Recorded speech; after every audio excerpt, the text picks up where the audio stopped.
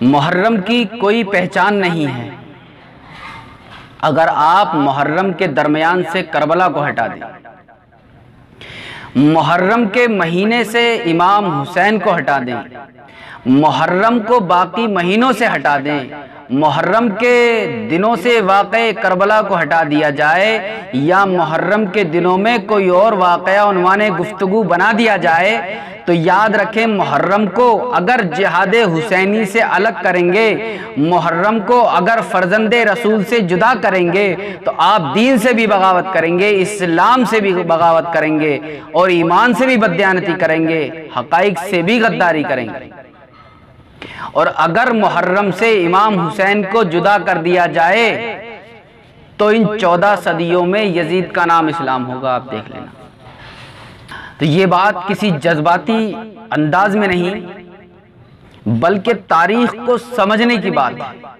اس پر ملت کو غور کرنا چاہیے کہ محرم وقار اسلام کا نام ہے، محرم وقار بشریت کا نام ہے، محرم مقصد بعثت رسالت کے مقصد کا نام ہے، محرم عظمت قرآن کی حفاظت کا نام ہے، محرم ورق نبوت پر فاطمۃ الزہرا کے بیٹے کی طرف سے ملنے والے تاج شہادت کا نام ہے، محرم بنا لا الہ الا اللہ کا نام ہے، محرم زندگی دینے کا نام ہے، محرم عظمت کعبہ کا نام ہے، محرم تحفظ شریعت کا نام ہے، محرم حلال و حرام کی تمیز کا نام ہے۔ اب جب محرم حلال و حرام کی تمیز کا نام ہے تو محرم میں حلال تذکرے کرو، حرام تذکرے کیوں کرتے ہو لوگ؟ تو اسلام کے دامن میں بس اس کے سوا کیا ہے؟ ایک سجدے، ایک ضرب ید اللہ، ایک سجدہ شبیری۔ کربلا تیری تاریخ ہم سے بنی، کربلا تیری تاریخ ہم سے چلی، ہم ہٹا دیں اگر اپنے شبیر کو، پھر بتا تیرے دامن میں کیا رہ جائے گا۔ تو محرم اساسہ دین کا نام ہے، محرم بنا لا الہ الا اللہ کا نام ہے۔ خواجہ معین الدین نے کوئی ایسے نہیں کہا تھا، مولا علی علیہ السلام کے خاندان کے چشم چراغ، ولایت، آفتاب ولایت، خواجہ معین الدین رضی اللہ تعالیٰ عنہ وعلیہ رحمہ فرماتے ہیں کہ حقا کے بنا الہ الا است حسین، اس کا مقصد کیا ہے؟ خدا کی قسم لا الہ الا اللہ کی بنیاد حسین ہے، یعنی اس پہنچے ہوئے ولی نے قسم کھا کر کہا ہے، خدا وند ذوالجلال کی قسم لا الہ الا اللہ کی بنیاد حسین ہے۔ خواجہ اجمیری کہتے ہیں حقا کے بنا الہ الا است حسین، کہ خدا وند ذوالجلال کی قسم لا الہ الا اللہ کی بنیاد حسین ہے۔ خواجہ نے یہ نہیں کہا کہ آدم بنا الہ الہ ہیں، خواجہ معین الدین نے یہ نہیں کہا کہ نوح بنا الہ الہ ہیں، خواجہ معین الدین نے یہ نہیں کہا کہ ابراہیم بنا الہ الہ ہیں، خواجہ معین الدین نے یہ نہیں فرمایا کہ حضرت اسماعیل بنا الہ الہ ہیں۔ ارے ان سب باتوں کو چھوڑ دیجئے، خواجہ معین الدین نے تو یہ بھی نہیں فرمایا کہ محمد بنا الہ الہ ہیں۔ جس لا الہ الا اللہ کی بنیاد جناب آدم علیہ السلام نے قائم کی تھی، جسے خاتم النبیین نے غدیر کے مقام پر مکمل کر دیا، اس پوری بنیاد کو جڑ سے اکھاڑنے کی کوشش کر رہا تھا معاویہ کا بیٹا یزید ملعون، کہ امام حسین نے اپنے خون سے اس بنیاد کو مستحکم کر دیا۔ حسین علیہ السلام نے اپنے خون سے اس کو مستحکم کر دیا۔ اگر ہمیں شیعیت کا الزام دیتے ہو تو سب سے پہلے یہ الزام خواجہ معین الدین چشتی علیہ رحمہ کے اوپر جائے گا۔ حسین بنیاد ہے کلمہ توحید کی۔ صرف خواجہ معین الدین نے ہی نہیں بلکہ علامہ اقبال نے فرمایا، نقش اللہ بر صحرا نسبت، سطر عنوان نجات مانوس۔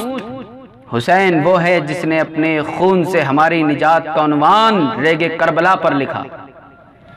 یہ بھی علامہ اقبال نے ہی کہا کہ اون کے بخشے بے یقینہ را یقین، اون کے لرزت اس جود روئے زمین۔ وہ حسین کہ جس نے بے یقینوں کو یقین بخشا، وہ حسین کہ جس کے سجدے سے زمین میں لرزے آ گئے، او کے زیرے تیغ گوید لا الہ، او خویش بروید لا الہ۔ وہ حسین جس نے تلوار کے نیچے بھی کلمہ توحید کی صدا بلند کی، وہ حسین جس کے گلے سے نکلنے والے مقدس خون کا ہر قطرہ توحید کا کلمہ پڑھ رہا تھا۔ بھائی کسے کہتے ہیں ایمان؟ کیا تعریف ہے اسلام کی؟ کسے کہتے ہیں صاحب ایمان؟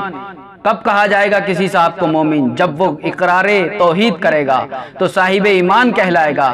ظاہر ہے محترم، جب وہ اشہد ان لا الہ الا اللہ کہے گا تو صاحب ایمان ہوگا۔ اس وقت جب وہ اشہد ان لا الہ الا اللہ کہے گا تو تب ہی صاحب ایمان کہلایا جائے گا، اس کے بغیر تو نہیں کہلایا جا سکتا۔ علامہ اقبال اور دنیا کے عظیم ترین مسلمانوں نے یہی کہا ہے، انسانوں نے یہی کہا ہے کہ یہ جو لا الہ الا اللہ کہہ کر تم اپنے آپ کو مسلمان ثابت کر رہے ہو، اس کی بنیاد حسین ہے۔ کافر کم مسلمان ہوتا ہے، 7 سمندروں میں نہلا دو مسلمان نہیں ہوگا، آب زمزم سے اسے نہلا دیں تو مسلمان نہیں ہوگا، مکہ اور مدینہ میں بھی رہتا ہو تب بھی وہ مسلمان نہیں ہوگا۔ مکہ کا رہنے والا ہو یا مدینہ کا رہنے والا، عرب کا رہنے والا ہو یا عجم کا رہنے والا، اگر جب تک اپنی زبان سے اقرار نہیں کرے گا، دل کی زبان سے اقرار نہیں کرے گا، جب تک وہ ایمان والا نہیں ہو سکتا۔ جب تک اپنے دل کی زبان سے، غور کریں یہاں پر، جب تک اپنے دل کی زبان سے اقرار نہیں کرے گا، خالی زبان سے نہیں، دل کی زبان سے، دل کی زبان سے جب تک اقرار نہ کرے گا وہ مومن نہیں ہو سکتا۔ تو اقرار میں کیا کہے گا؟ لا الہ الا اللہ ہی کہے گا نا۔ تو سارے مسلمان دنیا کے پیدائشی مسلمان تو نہیں تھے، آخر کافر ہی تھے، تو مسلمان ہوئے۔ بھائی کافر تھے تو مسلمان ہوئے، تبھی تو مسلمانوں کی تاریخیں بھری پڑی ہیں کہ پہلے یہ مسلمان ہوئے، پھر یہ مسلمان ہوئے، پھر یہ مسلمان ہوئے۔ بھائی مسلمان کون ہوئے؟ جو کافر تھے۔ وہ مسلمان ہوئے تو کافر ہی مسلمان ہوا نا، مسلمان تو کافر نہیں ہوا کرتا۔ جو کافر ہے وہ مسلمان، جو کافر ہے وہ کلمہ پڑھے گا تو مسلمان ہوگا۔ یعنی کسی کلمہ پڑھنا، کسی کا کلمہ پڑھنا اس بات کی دلیل ہے کہ وہ پہلے کافر تھا۔ کسی کا کلمہ توحید پڑھنا یعنی کلمہ طیبہ کا پڑھنا اس بات کی دلیل ہے کہ وہ پہلے کافر تھا۔ تو جہاں پر آپ کو یہ نظر آئے کہ اس نے کلمہ پڑھا، اس نے کلمہ پڑھا، تو سمجھ لیجئے کہ وہ ماضی میں کلمہ پڑھنے سے پہلے کافر تھا۔ پہلے اور بعد کے مسئلے میں ہم کو پڑھنا ہی نہیں ہے۔ ارے ہم تو اکثر کہا کرتے ہیں کہ ہم محبان حیدر کرار کو پریشان ہونے کی ضرورت ہی نہیں ہے کہ کوئی کہے کہ پہلے اس نے کلمہ پڑھا، کوئی کہے کہ پہلے اس نے کلمہ پڑھا، بچوں میں علی نے کلمہ پڑھا یا بعد میں علی نے کلمہ پڑھا۔ ارے بھائی ساری زحمتیں ہمارے مولا کی وجہ سے ہی تو ہو رہی ہیں نا، ہمارے مولا کی وجہ سے ساری زحمتیں ہیں۔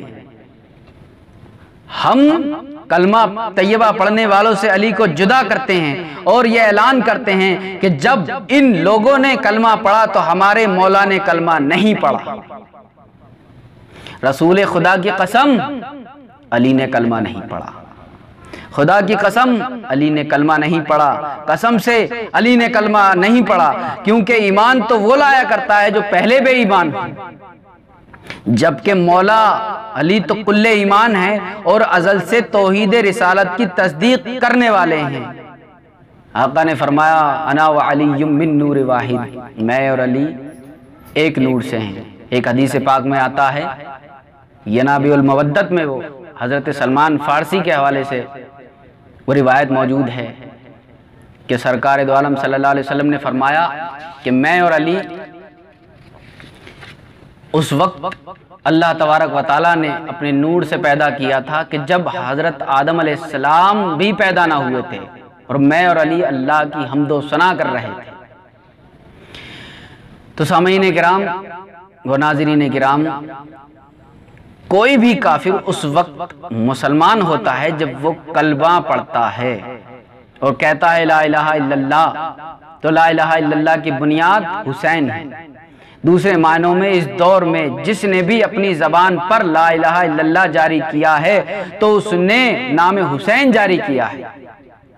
یہ جاہلیت کی انتہا ہے کہ جس حسین کا نام لے کر تم کافر سے مسلمان ہوئے اسی حسین کے ماننے والوں کو تم کافر کہتے ہو۔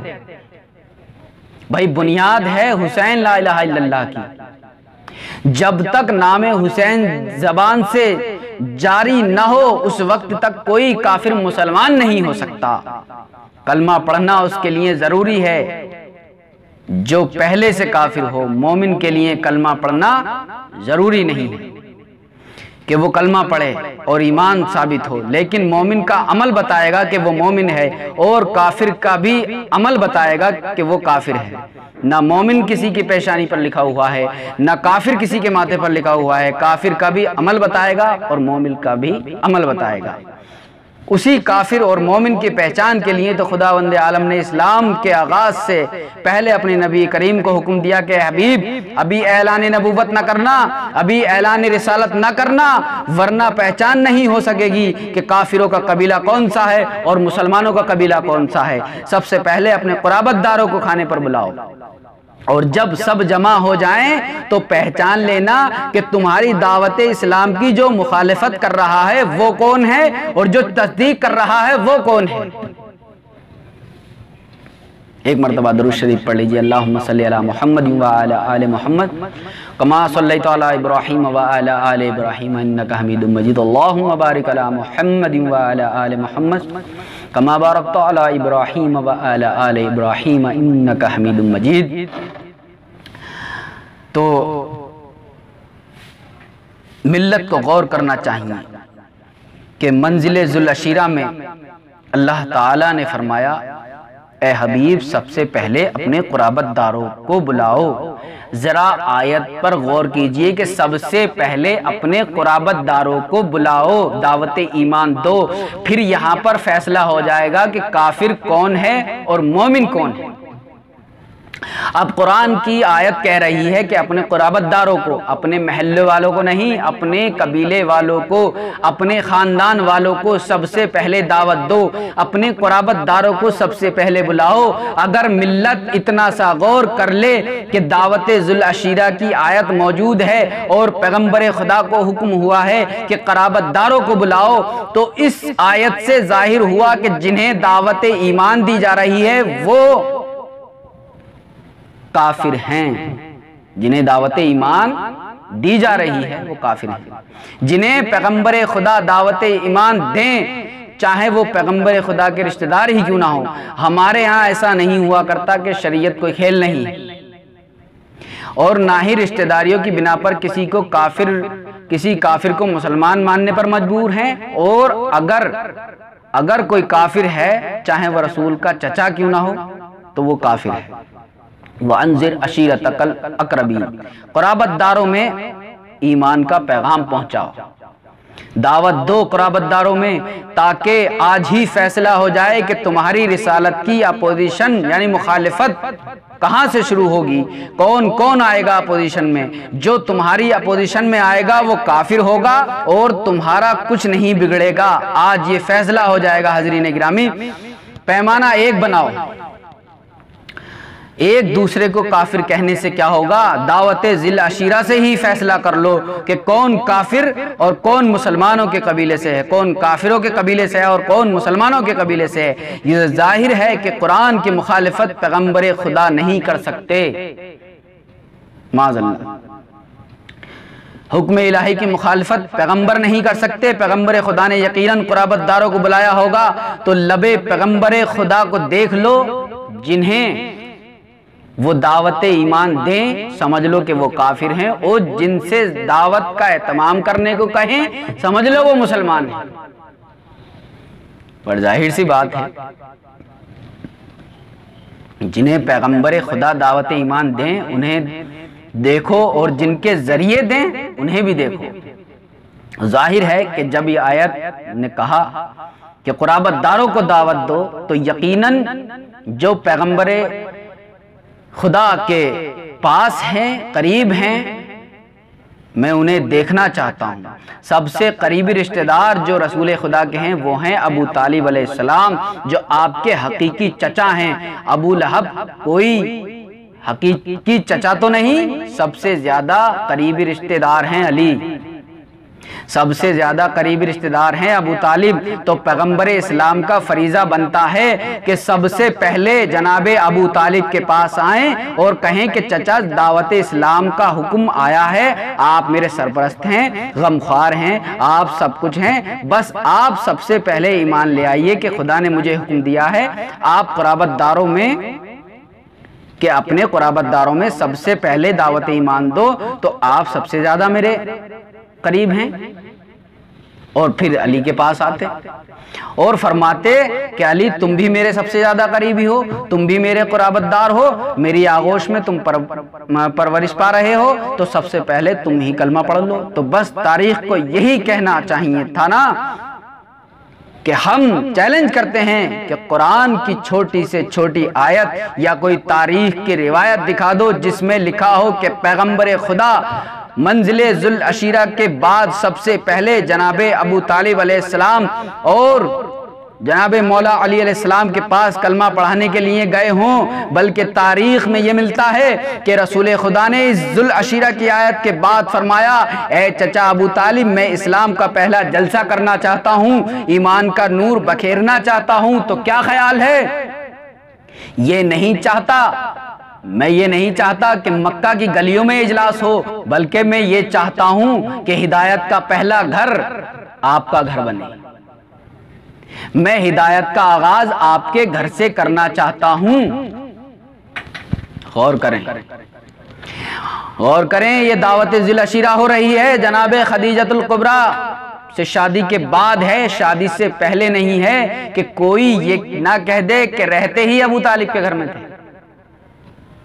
اس لیے دعوت یہاں نہ کرتے تو اور کہاں کرتے، لیکن یہ واقعہ ہے جناب خدیجۃ الکبریٰ سے شادی کے بعد کا، اور جناب خدیجۃ الکبریٰ ہیں ملکۃ العرب، حضرت خدیجہ ہیں ملکۃ العرب، اور عرب کی عرب پتی خاتون ہیں، اور ام المومنین ہے جناب سیدہ خدیجۃ الکبریٰ سلام اللہ علیہا۔ کہاں تک کرو گے مقابلہ دنیا والو؟ ام المومنین بہت ہو گئیں، ام المومنین بہت سی ہو گئیں، مگر ام الائمہ کوئی بھی نہیں۔ ام المومنین بہت ہو گئیں لیکن ام الائمہ کوئی نہیں، کوئی رسول کی بیوی ایسی نہیں ہے جسے ام الائمہ یعنی تمام ائمہ علیہم السلام کی ماں کہہ سکیں۔ ام الائمہ کوئی نہیں، اماموں کی ماں کوئی نہیں ہو سکتی۔ جناب خدیجۃ الکبریٰ علیہ السلام سے شادی کے بعد پیغمبر خدا انڈیپینڈنٹ زندگی گزار رہے ہیں، آزاد زندگی گزار رہے ہیں، اور جناب ابو طالب علیہ السلام کے زیر کفالت نہیں ہیں کہ جب محمد مصطفیٰ پر یہ آیت نازل ہوئی تھی تو رسالت آپ کو اپنے گھر میں اس دعوت کا اہتمام کرنا چاہیے تھا۔ لیکن سارے مورخین نے لکھا ہے کہ جب خدا نے حکم دیا کہ اپنے قرابت داروں کو بلاؤ، تو پیغمبر اسلام نے پورے مکہ سے جس گھر کا انتخاب کیا وہ گھر تھا جناب ابو طالب علیہ السلام کا گھر، جناب ابو طالب کا گھر، جہاں سے آغاز ہوا اسلام کا، جہاں سے رسالت کا آغاز ہوا تھا، ابو طالب کا گھر۔ جب حضرت محمد مصطفیٰ نے فرمایا ہوگا کہ چچا کھانے کا انتظام کرنا ہے اور آپ کے گھر کرنا ہے، تو ابو طالب جیسا غیور انسان، ابو طالب جیسا سید بطحا، وہ ابو طالب جس نے اپنے دسترخوان پر کائنات کے سب سے بڑے رسول کو اپنے دستے مبارک سے نوالے کھلائے ہوں، وہ کبھی اپنے بھتیجے سے یہ نہیں کہہ سکتا کہ بیٹا گھر تو میرا حاضر ہے مگر کھانا اپنا پکوا کر لانا۔ ایسا نہیں ہوا تھا، بلکہ ابو طالب نے سب کچھ حاضر کر دیا کہ گھر بھی حاضر ہے اور کھانا بھی حاضر ہے۔ کتنے آدمیوں کا کھانا بنے گا؟ فرمایا 40 قبیلوں کے سردار ہوں گے، 40 سردار ہوں گے بنی ہاشم کے، کھانے کا انتظام کر لیجئے۔ تو گھر بھی ابو طالب کا، کھانا بھی ابو طالب کا، خرچہ بھی ابو طالب کا، بھتیجا بھی ابو طالب کا، بیٹا بھی ابو طالب کا، خطبہ بھی ابو طالب کا۔ تو آپ اندازہ کریں کہ گھر بھی ابو طالب کا، دعوت بھی ابو طالب کی، اور کھانا بھی ابو طالب کا۔ کسی اللہ کے ولی نے کیا خوب کہا تھا، مفتی ابو ذر وارسی علیہ رحمہ فرماتے ہیں، ابو طالب کا کھانا مصطفیٰ کا، مجھے تاریخ دانے یہ سنایا، ابو ذر تجھ کو کیا تحقیق ہوتا، تیرے مرشد نے تجھ کو حق بتایا۔ یہ جو کھانا ہو رہا ہے کس کے لیے ہو رہا ہے؟ وہی اسلام کے لیے ہو رہا ہے، دین کے لیے ہو رہا ہے۔ اب پوچھنا یہ چاہتا ہوں کہ مولوی سے کیا کسی یہودی کے چندے سے مسجد بن سکتی ہے؟ غور کریں آپ حضرات، شرعی مسئلہ یہ ہے کہ اگر کوئی کافر، کوئی یہودی چندہ دے کہ یہ میں پیسے دے رہا ہوں سود کی کمائی سے یا اپنی گاڑی کمائی سے، اس سے مسجد بنا دیں، کیا کوئی مسلمان مانے گا؟ ہرگز نہیں۔ تو مسلمان اتنے غیرت مند ہیں کہ یہودی اور کافر کے چندے سے مسجد نہیں بنا سکتے۔ یہ عجیب پیغمبر ہے جو کافر کے پیسوں سے دعوت اسلام دے رہا ہے۔ غور کرنا چاہیے ابو طالب علیہ السلام کو کافر کافر کہنے والوں، میں شرم آنی چاہیے کہ اسلام کی بنیاد میں ابو طالب کا پیسہ، ابو طالب کی مدد کام آ رہی ہے۔ دیکھیں اس دعوت میں جس کا نام ہے عشیر اور نتیجہ ہے اس کا غدیر۔ اسلام کی پہلی دعوت ہے عشیر جس کا نتیجہ ہے غدیر۔ اسلام کا پہلا دن ہے عشیر اور اسلام کا آخری دن ہے غدیر۔ اسلام کی ابتدا ہے عشیر، اسلام کی انتہا ہے غدیر۔ اسلام کا آغاز ہے عشیر اور اسلام کا انجام ہے غدیر۔ تو میں غدیر پر بات نہیں کر رہا، امت مسلمہ سے میں یہ پوچھنا چاہتا ہوں کہ یہ جو اسلام کی پہلی دعوت ہو رہی ہے، اس دعوت میں دین کے لیے جو خرچہ ہوا ہے اگر وہ کافروں کا ہوا ہے تو اسلام کو کافروں کے آگے سر اٹھانے کا کوئی حق نہیں ہے۔ اگر ذرا سا اتنا ہی غور کر لے ہماری ملت کہ اگر ہم ابو طالب کو کافر کہیں گے تو غیر مسلم ہمیں ہمارے منہ پر تھوکیں گے اور یہ کہیں گے کہ کس اسلام کی تم تبلیغ کر رہے ہو، کس کی تم دعوت دے رہے ہو، یا کیوں ہمیں تم تانا دیتے ہو کہ جس کی بنیاد میں کافروں کا پیسہ لگا ہوا ہے، کافروں کی مدد شامل ہے۔ تو غور کرنا چاہیے۔ اس لیے ہر کافر یہ کہہ سکتا ہے کہ اسلام کی بات کرتے ہو جس کی پہلی دعوت ہی کفر نے کی تھی، جس کا آغاز ہی کافر کے ذریعے ہوا تھا۔ اصل میں یہ مسئلہ ہے جناب ابو طالب کے لیے کہ کسی کافر نے جناب ابو طالب کو کافر نہیں کہا۔ اگر کسی کافر نے جناب ابو طالب کو کافر کہا ہے تو ثابت کر دیں کہ کسی کافر نے کبھی حضرت ابو طالب کو کافر نہیں کہا۔ کافر تو کافر، کل کافر نے بھی جناب ابو طالب کو کافر نہیں کہا جو کل کافر تھا۔ جب علی علیہ السلام گئے ہیں عمر بن عبد بت کے مقابلے میں جنگ خندق میں تو مولا علی علیہ السلام اپنا تعارف کرا رہے ہیں، انا علی ابن ابی طالب، میں ابو طالب کا بیٹا ہوں۔ تو عمر ابن عبد بت تانا دیتا کہ علی کس ابو طالب کے بیٹے ہونے پر فخر کر رہے ہو، وہ بھی تو کافر ہے، میری طرف سے مجھ سے لڑنے کے لیے آ گئے اور اپنے باپ کو نہیں سمجھایا جاتا۔ بھئی عمر ابن عبد بت کو یہ کہنا چاہیے تھا، لیکن کتنے شرم کی بات ہے کہ کل کافر نے کبھی آپ کو کافر نہیں کہا، لیکن اس کل کفر نے کبھی جناب ابو طالب کو کافر نہیں کہا۔ آنے دو قیامت، آنے دو انصاف کا دن، میں چاہتا ہوں کہ جلدی آ جائے۔ کیوں؟ تاکہ حساب کتاب ہو۔ اس دن ایک طرف مسلمانوں کے لشکر ہوں گے، ایک طرف وہ عمر ابن عبد بت ہوگا جسے پیغمبر خدا نے کل کفر قرار دیا۔ وہ کم از کم مسلمانوں کو ایک بات پر شرمندہ تو کرے گا کہ پانی کے پالنے والے، اے رب کعبہ، میں کافر ہی نہیں بلکہ کل کفر ہوں، مگر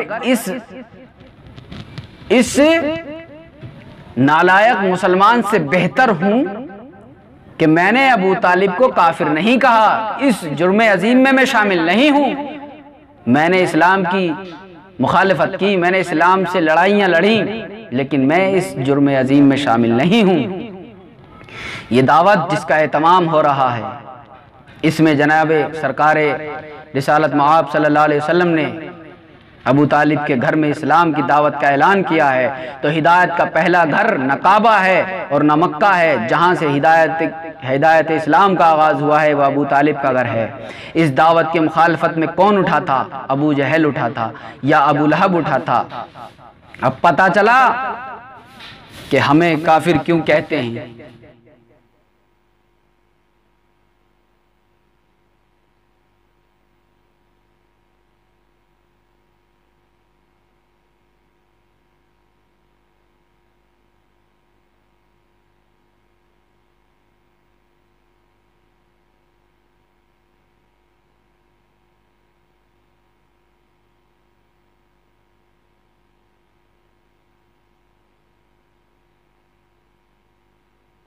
تکلیف تو ابو جہل کو ہو رہی تھی، دعوت ضلع شیرہ میں تکلیف تو ابو لہب کو ہو رہی تھی، عتبہ کو ہو رہی تھی اور شیبہ کو ہو رہی تھی۔ یہ جتنے بھی صنادید قریش تھے، جتنے بھی سردار تھے، ان سب کو زحمت ہو رہی تھی، ان سب کو سانپ ڈس رہا تھا کہ یہ ہدایت کا پہلا گھر ابو طالب کا گھر کیوں قرار دیا جا رہا ہے۔ یہ ظاہر ہے کہ دعوت کا اہتمام اس گھر میں ہو رہا ہے جو جناب ابو طالب کا گھر ہے۔ جب پیغمبر اسلام اعلان اسلام کیا پیغمبر اسلام نے، تو وہ ہے نقطہ غور کرنے کا یہاں پر۔ اللہ نے فرمایا اے میرے حبیب اپنے قرابت داروں کو دعوت اسلام دو، مجھے ملت مسلمہ صرف اتنا بتا دے کہ کیا ابو طالب سے خطاب کیا کہ پیغمبر خدا نے، کیا علی سے خطاب کیا رسول اللہ نے؟ نہ علی سے فرمایا دعوت ایمان قبول کرو، اور نہ ابو طالب سے کہا۔ ابو طالب سے فرمایا کہ گھر کا انتظام کرو، اور علی سے فرمایا کہ کھانے کا انتظام کرو۔ باپ گھر دے رہا ہے اور بیٹا رزق دے رہا ہے، گھر بھی دیا رزق بھی دیا۔ یہ ہے اسلام کا پہلا دن، یہ ہے اسلام کا آغاز، یہ ہے اسلام کا پہلا مرکز، یہ ہے اسلام کی پہلی منزل۔ یہ چندے کی دعوت نہیں تھی کہ بکرے تم لانا، چاول تم لانا۔ یہ خالص ابو طالب کا گھر ہے، کوئی تیسرا شامل نہیں ہے، اور نہ مکہ کا کوئی رئیس ہے اور نہ مکہ کا کوئی سخی ہے۔ یعنی اسلام کی بنیاد میں نہ کسی کی ہدایت شامل ہے اور نہ کسی کی دولت شامل ہے۔ خدا چاہتا بھی نہیں کہ دین میں کسی منافق کی دولت آئے اور حمایت آئے، اس لیے کہ اگر بنیاد میں کسی منافق کی دولت آ گئی، کسی شرابی کی دولت آ گئی، کسی کی بھی کافر کی بھی اگر دولت آ گئی، کسی سود خور کی دولت آ گئی، تو اگر بنیاد میں نجاست آ جائے تو پھر عمارت میں طہارت نہیں رہے گی۔ غور کیا آپ حضرات نے؟ اہتمام بھی ان کے گھر سے ہوا، اور تصدیق بھی یہی کریں گے، دین کی تصدیق بھی یہی کریں گے، ایمان کی تصدیق یہ کریں گے، اور رسالت کی تصدیق بھی یہ کریں گے۔ تو یہ حق بھی ان کو ہی حاصل ہے کہ جن کا گھر ہدایت کا گھر بنا، تو دین کی تصدیق یا ابو طالب کریں گے یا ابو طالب کا بیٹا کرے گا۔ ابو طالب کے بیٹے نے تصدیق کیسے کی؟ تصدیق کی، نبوت کی۔ تو اب اسلام کا تحفظ، اسلام کے تحفظ کی ساری ذمہ داری بھی علی پر ہے۔ جب تک علی موجود ہے، جب تک علی کے سانس میں سانس ہے،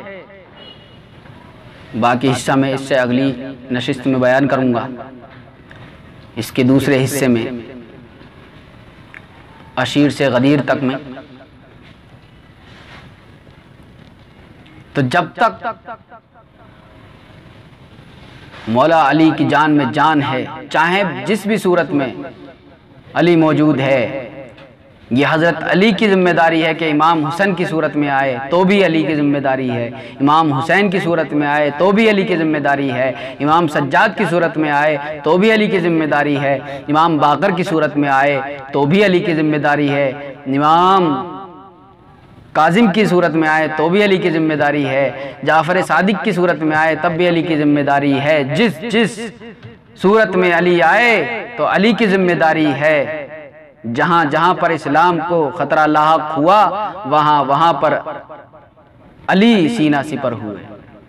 استاد فخر جلالوی نے کہا تھا فضل خدا سے دو پسر دونوں امام مشرقین، باپ کو کیوں ہو زحمتیں ایسے ہوں جب یہ نور عین، جور یزید دیکھ کر حکم رسول کے خلاف دین پکارا ہے، یا علی سامنے آ گئے ہیں حسین۔ قیامت کا دن ہے، آج جناب سیدہ بطول نے اپنی قبر چھوڑ دی ہے اور مجلسیں عزاخانے سج گئے ہیں۔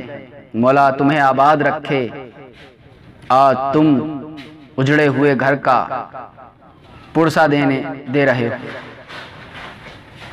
محرم کی پہلی تاریخ ایک مرتبہ امام علی رضا سفر پر روانہ ہوئے، راستے میں محرم کا چاند دکھا، رک گئے، سواری سے اتر گئے، امام علی رضا علیہ السلام خاک پر بیٹھ گئے، کربلا کی طرف رخ کر کے کہنے لگے السلام علیکہ ایھا الشہید، السلام علیکہ ایھا المظلوم، اے میرے شہید جد تجھ پر سلام، اے میرے مظلوم بابا تجھ پر سلام، اے میرے وہ بابا جسے گردن کے پیچھے سے ذبح کیا گیا، ابھی بیٹھے ہوئے تھے کہ دیکھا ایک شکاری ایک ہرنی کو جال میں پکڑے ہوئے آ رہا ہے۔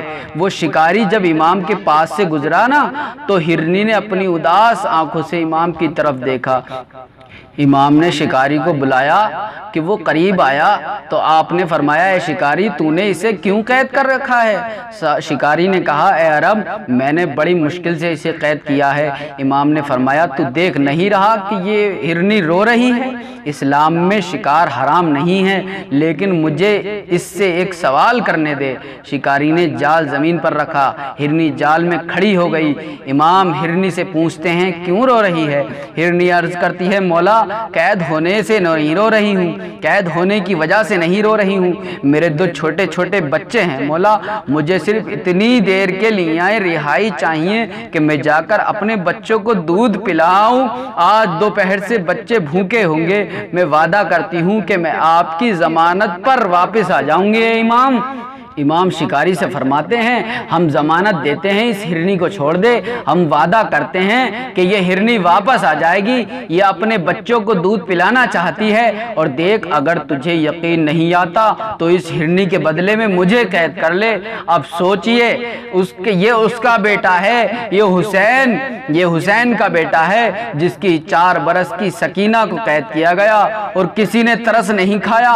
وہ شکاری امام کو پہچانتا نہیں تھا، کہا اے مسافر کیسی باتیں کرتا ہے، ارے یہ صحرائی جانور ہے، اگر اسے چھوڑ دیا تو کیا یہ واپس آئے گی؟ بھلا امام فرماتے ہیں میں ضمانت دے رہا ہوں اگر یہ واپس نہ آئی تو میں تیرے ساتھ چلوں گا، جو تو کہے گا میں تیری خدمت کروں گا جتنے دن۔ جب اتنی شدت سے امام نے کہا نا کہ اسے چھوڑ دے تو شکاری نے جال کا دروازہ کھولا، ہرنی جال سے باہر نکلی، امام کے قدموں پر بوسہ دیا اور جنگل کی طرف روانہ ہو گئی۔ امام رضا علیہ السلام وہیں زمین پر بیٹھ گئے۔ محرم کی چاند رات ہے، صبح کا وقت ہے، دوپہر کا وقت آیا ہرنی نہیں آئی، عصر کا وقت آیا ہرنی نہیں آئی۔ شکاری بے چین ہو کر کہتا ہے عرب میں نہ کہتا تھا کہ یہ جانور صحرائی جانور ہے، بھلا اس کا بھی کوئی اعتبار ہے؟ جانور کبھی واپس نہیں آتا۔ امام فرماتے ہیں صبر کر، ہو سکتا ہے کسی وجہ سے دیر ہو گئی ہو۔ ادھر مغرب کا وقت ہوا، ہرنی نہیں آئی، شکاری بے چین ہو رہا ہے کہ امام کی ضمانت دی تھی مگر ہرنی واپس نہیں آئی۔ ادھر اندھیرا ہوا، ادھر امام نے فرمایا ذرا سامنے کی طرف دیکھ، سامنے گرد اڑتی نظر آئی، ہرنی آئی، لیکن شکاری کہہ رہا ہے کہ ہرنی اکیلی نہیں آئی، ہرنی اکیلی نہیں آ رہی ہے، اپنے 2 چھوٹے بچوں کو بھی ساتھ لا رہی ہے۔ ہرنی اور اس کے بچوں نے امام علیہ السلام کے قدموں پر بوسہ دیا۔ امام نے فرمایا ہرنی اتنی تاخیر کیوں کر دی آنے میں تو نے؟ کیا تجھے پتا نہیں تھا کہ امام نے تیری ضمانت دی تھی؟ ہرنی اپنی زبان بے زبانی میں کہتی ہے سرکار تاخیر کی معافی چاہتی ہوں، مگر میں اپنے بچوں کو دودھ پلا کر واپس آ رہی تھی تو راستے میں اپنے قبیلے کے ہرنوں کو دیکھا جو سر جھکائے ہوئے بیٹھے تھے، ان کی آنکھوں سے آنسو رواں تھے۔ میں نے پوچھا تم رو کیوں رہے ہو؟ تو ہرنوں نے کہا تجھے پتہ نہیں ہے آج محرم کی چاند رات ہے، آج امام حسین نے مدینہ چھوڑا ہے، آج ہم حسین کا پرسہ دے رہے ہیں۔ مولا میں نے سوچا زندگی نہ رہے آخری دن ہے، اللہ جانے کل شکاری مجھے ذبح کر دے، امام حسین علیہ السلام کی مجلس میں چلی جاؤں۔